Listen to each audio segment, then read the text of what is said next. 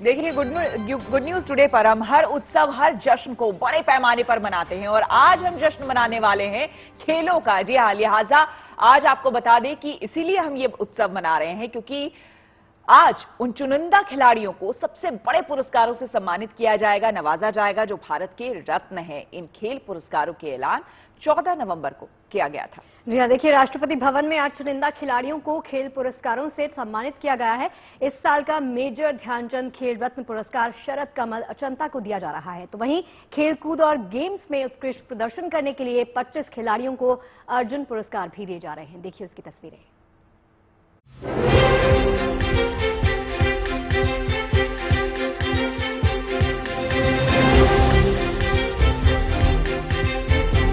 इसी साल हुए कॉमनवेल्थ की ये तस्वीर हर जहन में ताजा है। बर्मिंघम में जैसे ही टेबल टेनिस का गोल्ड शरद कमल अचंता ने अपने नाम किया, पूरा इंडिया झूम उठा था।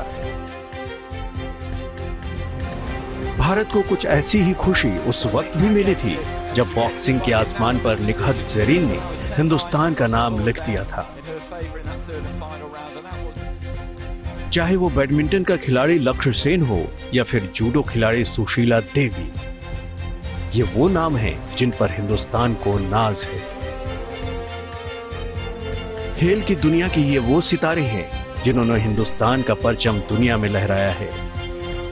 क्रिकेट के बाद आज अगर तमाम दूसरे खेल लोकप्रिय हो रहे हैं और इन खेलों में नई प्रतिभाएं सामने आ रही हैं, तो उसकी प्रेरणा छोटे शहरों से आने वाले ये बड़े खिलाड़ी हैं। आज कुश्ती से लेकर बैडमिंटन तक और स्विमिंग से लेकर वेट लिफ्टिंग तक इन खिलाड़ियों ने हिंदुस्तान को अलग पहचान दी है। अपनी मेहनत के दम पर और अपनी कोशिशों की बदौलत इन खिलाड़ियों ने भारत मां का मान बढ़ाया है। चाहे जूडो हो या मलखंब या फिर लॉन बॉल, आज भारत के पास ऐसे खिलाड़ियों की कोई कमी नहीं है जो कहीं भी जाकर हिंदुस्तान का लोहा मनवा सकते हैं। आज भारत के पास प्रतिभाओं का वो अंबार है जो आने वाले वक्त में देश को खेलों की महाशक्ति बनाने का मादा रखता है।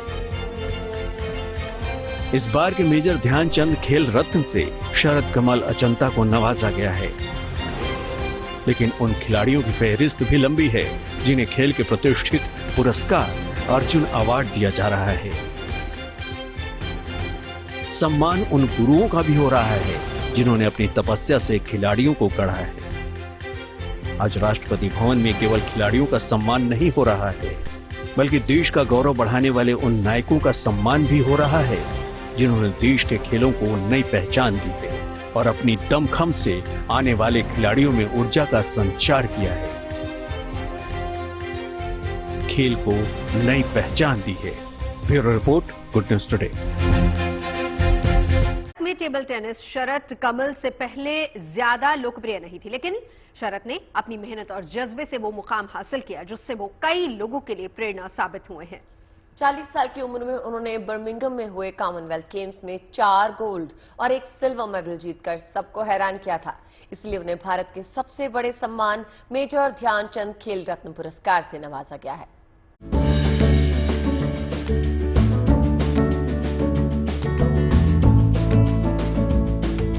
भारत में भले ही टेबल टेनिस का इतिहास पुराना हो, लेकिन जब भी हिंदुस्तान में टेबल टेनिस का नाम लिया जाएगा तो अचंता शरद कमल का नाम भी आदर के साथ उसमें शुमार होगा, क्योंकि इस खिलाड़ी ने ही भारत में टेबल टेनिस को वो ऊंचाई दी है जिसकी बदौलत आज हिंदुस्तान का नाम सुनहरे अक्षरों में चमकने लगा है।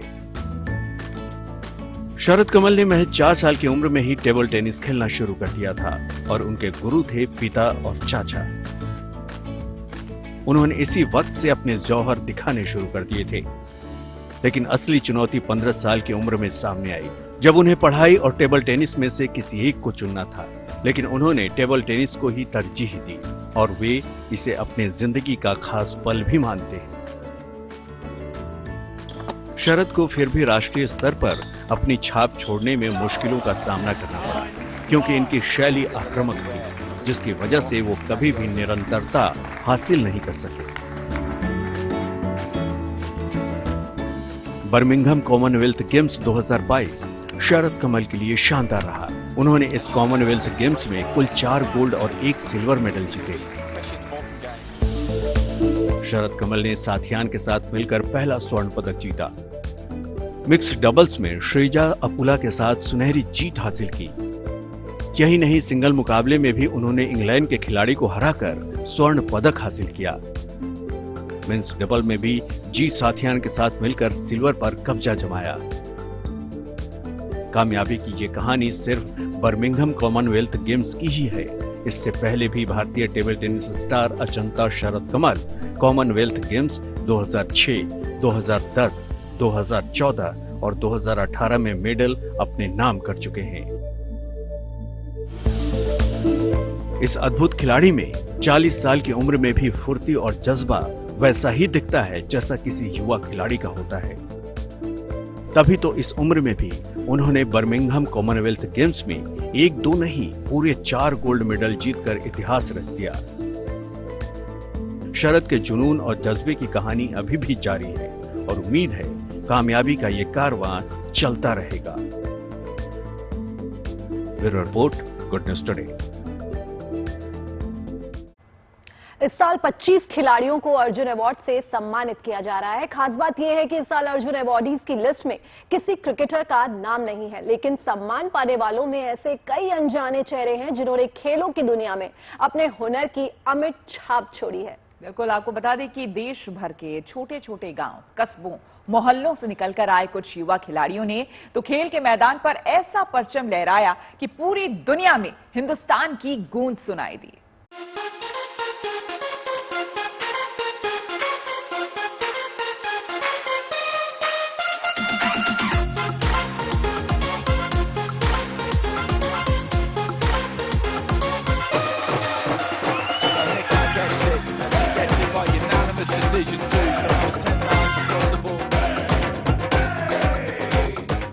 शहरें जुदा हैं, इनके खेल और उनसे जुड़े मैदान भी जुदा है, लेकिन इनका भाव एक सा है, अंदाज एक सा है, लक्ष्य भेदने का हुनर एक सा है।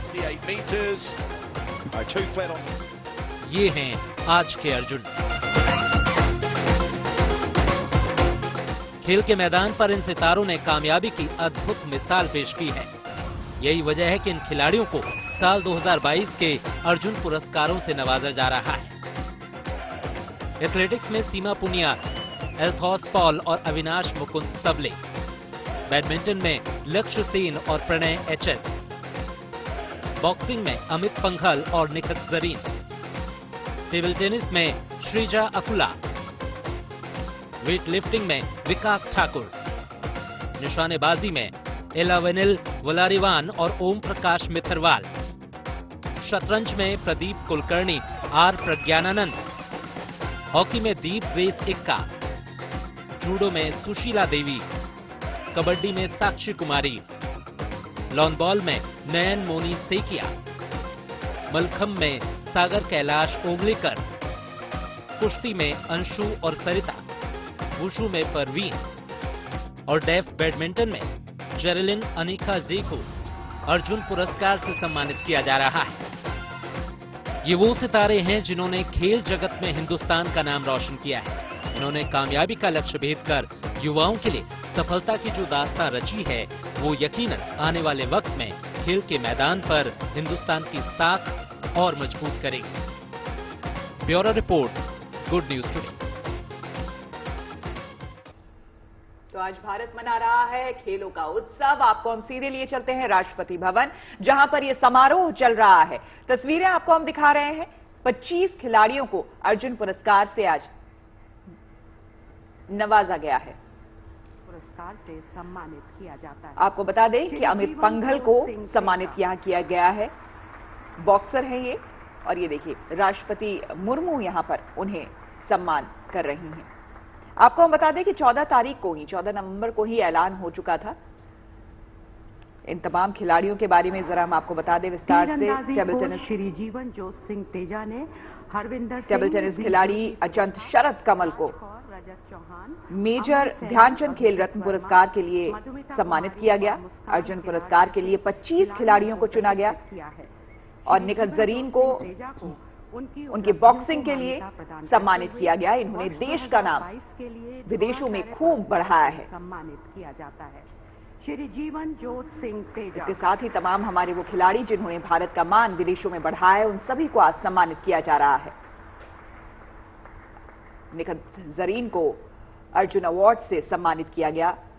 खेल गुरुओं को भी द्रोणाचार्य अवार्ड यहां पर दिया जा रहा है। तो न सिर्फ हमारे खिलाड़ी बल्कि जो गुरु हैं उन्हें भी इस कार्यक्रम में, इस समारोह में सम्मानित किया जा रहा है। निखत जरीन आज हर उस लड़की के लिए एक रोल मॉडल हैं जो बॉक्सिंग में अपना करियर आजमाना चाहती हैं, हर उस युवा के लिए जो छोटे शहर से आता है। आपको हम बता दें कि अर्जुन पुरस्कार के लिए 25 खिलाड़ियों को चुना गया था, जिन्हें आज यहां सम्मानित किया जा रहा है। राष्ट्रपति द्रौपदी मुर्मू इन विजेताओं को पुरस्कृत कर रही हैं। शतरंज की उत्कृष्ट खिलाड़ी सुश्री भक्ति प्रदीप कुलकर्णी शतरंज के लिए विश्व चैंपियनशिप इन्हें सम्मानित किया जा रहा है। रजत पदक 3 और राष्ट्रमंडल चैंपियनशिप 2019 में कांस्य पदक। सुश्री भक्ति प्रदीप कुलकर्णी इन्हें चेस के लिए यानी कि शतरंज के लिए इन्हें उत्कृष्ट उपलब्धि के लिए उन्हें सम्मानित किया जा रहा है। अर्जुन पुरस्कार से इन्हें सम्मानित किया जा रहा है। भक्ति प्रदीप कुलकर्णी।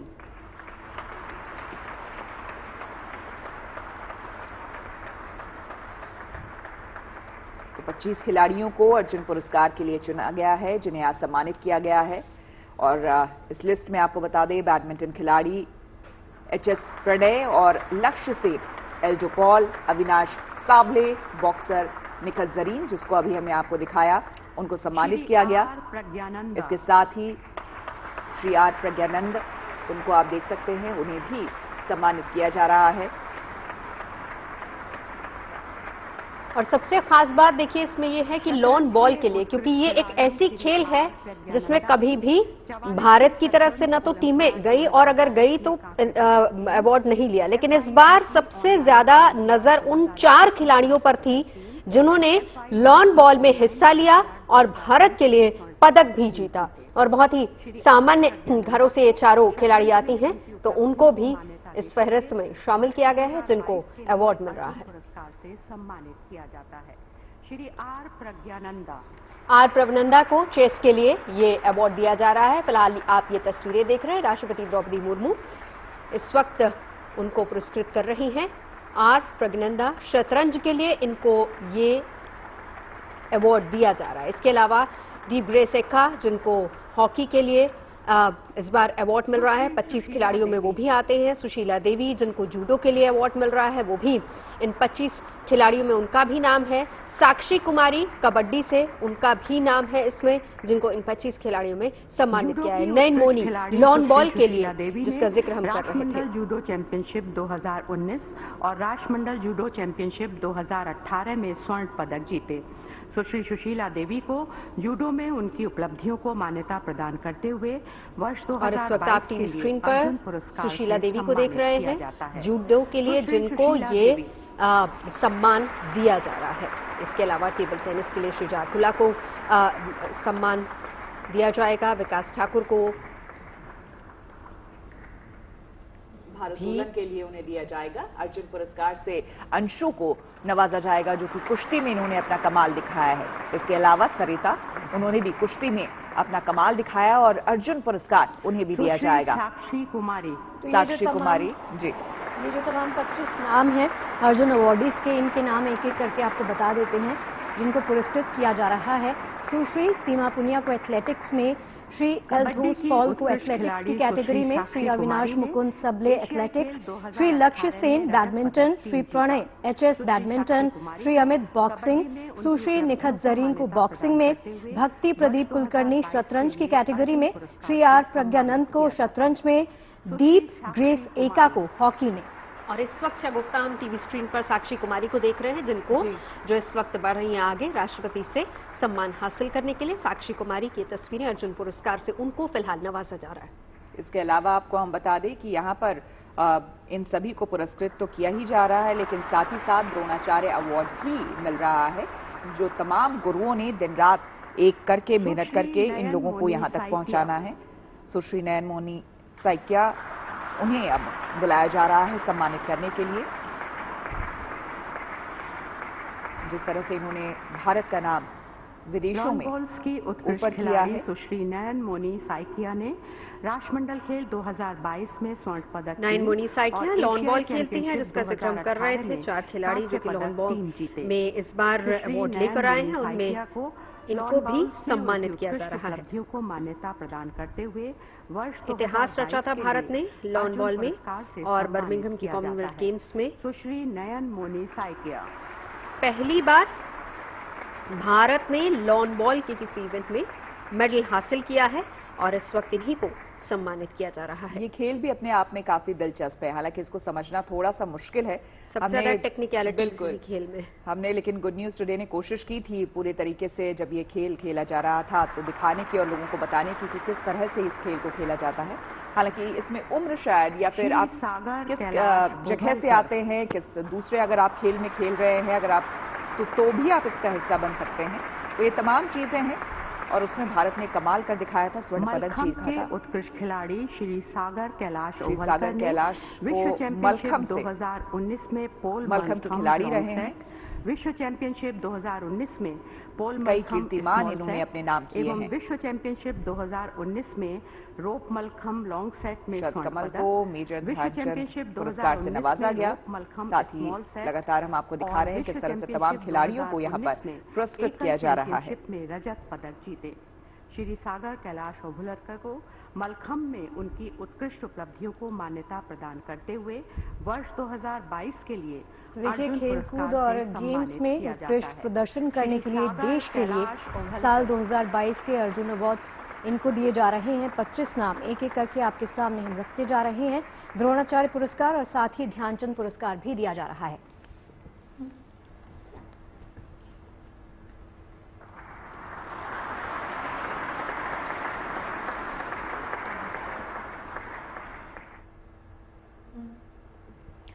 और देखिए, खेल पुरस्कारों की तस्वीरें आपने देखी। अब लिए चलते हैं कोलकाता में फुटबॉल दीवानों की कमी तो बिल्कुल नहीं, लिहाजा कतर में चल रहे फीफा वर्ल्ड कप की धमक कोलकाता में देखी जा सकती है, सुनी जा सकती है। नवजोत, बिल्कुल, रेस्टोरेंट हो, बाजार हो, गली मोहल्ले हो, यहाँ तक कि पतंगों की दुकानों पर भी फुटबॉल का फीवर छाया हुआ है। देखिए जरा।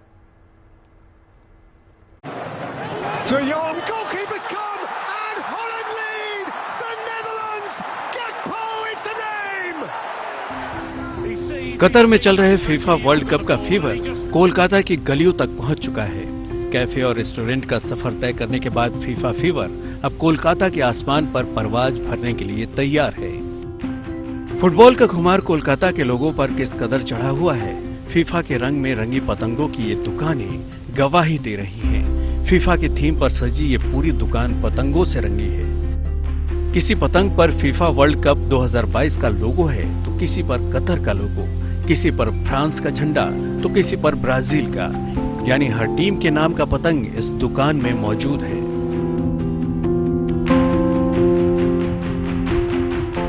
फुटबॉल का जंग कतार के मैदानों से लेकर अभी कोलकाता के गलियों से लेकर कोलकाता के आसमानों तक भी पहुंच चुका है। कोलकाता जहां पे खाने से लेकर गलियों तक फीवर फुटबॉल एकदम हाई वोल्टेज में देखा जा रहा था, अभी आसमान में भी देखा जाएगा। कैसे ये पतंग जो है, ऐसे स्पेशल पतंग बनाए जा रहे हैं, सिर्फ ये नहीं बल्कि हर एक देश के और फीफा के लोगो, कतार के लोगो का भी बनाकर यहाँ पे बेचा जा रहा है। और ये लोग बहुत ज्यादा इन चीजों को खरीद रहे हैं क्योंकि फुटबॉल जो है वो कोलकाता के लिए बहुत स्पेशल है। शायद ही इंडिया वर्ल्ड कप पे पार्टिसिपेट ना करे, लेकिन फुटबॉल फीवर कोलकाता में और कोलकाता के आसमानों में छाया हुआ है। सेंट्रल कोलकाता में मौजूद पतंगों की ये दुकान 50 साल पुरानी है। इंडिया काइट्स जो इस साल फीफा वर्ल्ड कप की थीम पर इन पतंगों को बना रही है। हर 4 साल पर जब भी फीफा वर्ल्ड कप आता है, इस दुकान की पतंगों पर फीफा का फीवर चढ़ जाता है। जो काइट्स आप लोग अभी देख रहे हैं, ये सिर्फ वर्ल्ड कप के लिए है, चाहे वो क्रिकेट वर्ल्ड कप भी हो या फुटबॉल वर्ल्ड कप भी हो। 4 साल बाद जब भी आता है, हम लोग पतंग के ऊपर ये सारे काम करते हैं। इंडिया काइट्स इन पतंगों को हाथ से बना रही है। एक पतंग को बनाने में कम से कम 2 दिन का समय लगता है। सभी पतंगों को पेंट नहीं किया जाता है, लेकिन इनमें से कुछ पतंगों के लिए कागज की कतरनों का भी उपयोग किया जाता है। ये कागज और काठी से बना हुआ है, जैसे पतंग नॉर्मली बनता है। और इसमें कागज पेपर कटिंग ही ज्यादा है, पर कुछ कुछ बारीक काम के लिए कुछ पेंट और स्केचेस वगैरह यूज करने पड़ता है।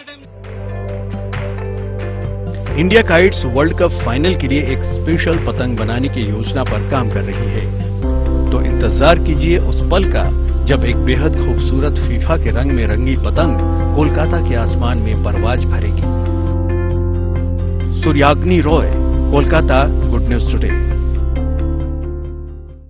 और अब बात करते हैं भारतीय जवानों के अदम्य हौसले की। आगरा में भारतीय वायुसेना के जवानों ने अद्भुत प्रदर्शन किया और इस दौरान रक्षा मंत्री के अलावा कई देशों के प्रतिनिधि मौजूद रहे। जवानों ने इस प्रदर्शन के जरिए दिखाया कि अदम्य हौसले के दम पर जवान कैसे आपातकाल में मुश्किल हालात से निपटते हैं। इस दौरान भारतीय वायुसेना के लड़ाकू विमानों ने भी हैरतअंगेज करतब दिखाए।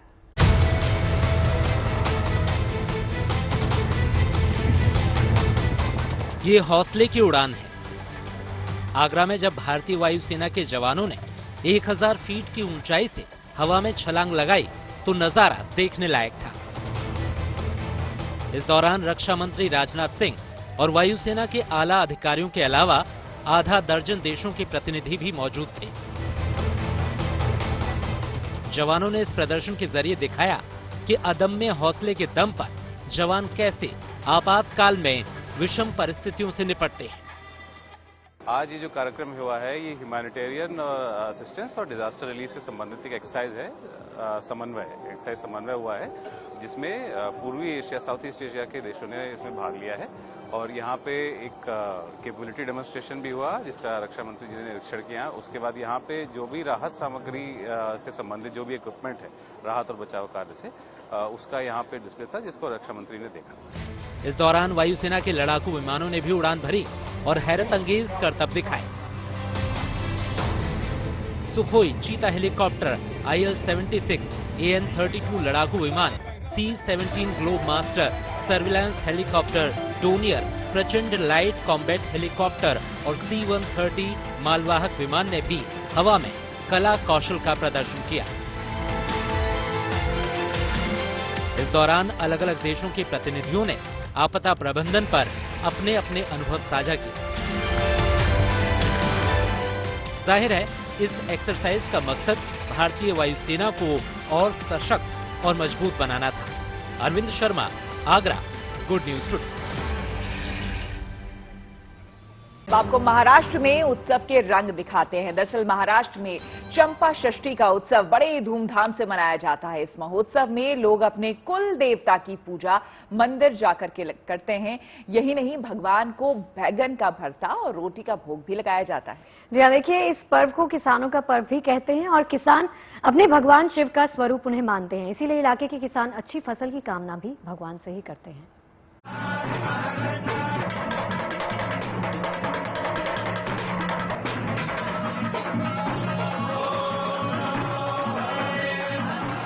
फूलों से मंदिर का श्रृंगार,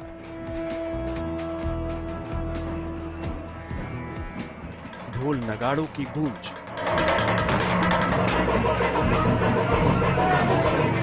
मंत्रोच्चार की ध्वनि,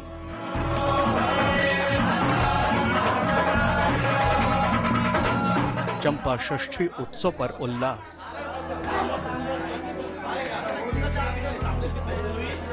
अपने देवता के दर्शन के लिए उमड़े हजारों की संख्या में श्रद्धालु।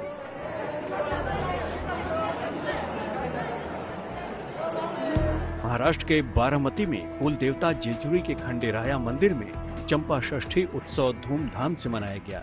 चंपा षष्ठी जेजुरी के खंडेराया का मुख्य उत्सव है, इसलिए लोग अपने परिवार के देवताओं की मूर्ति को लेकर जेजुरी किले पर आते हैं और मंदिर में कुल धर्म और कुलाचार की परंपरा निभाते हैं। इस खास मौके पर भगवान खंडेराया को बैंगन का भरता और रोटी का प्रसाद चढ़ाया जाता है और उनकी पूजा की जाती है।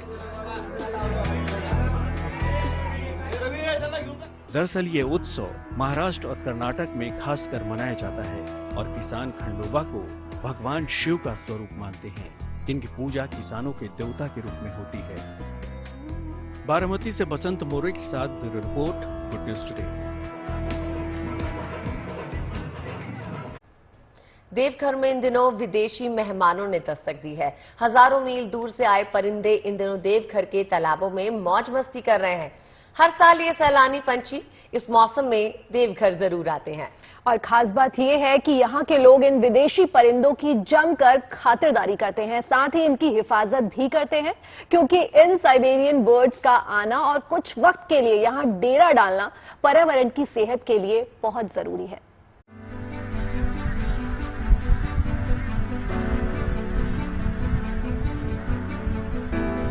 देवघर का आसमान इन दिनों सैलानी पंछियों से गुलजार है।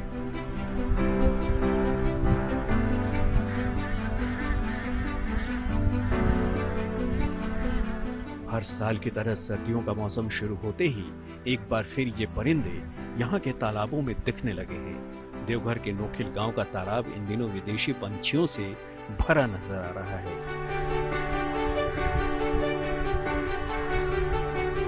आसपास के गांव के लोग भी इन पंछियों का खास ख्याल रखते हैं। गांव के लोग पंछियों की हिफाजत के लिए हर मुमकिन कोशिश में जुटे हैं।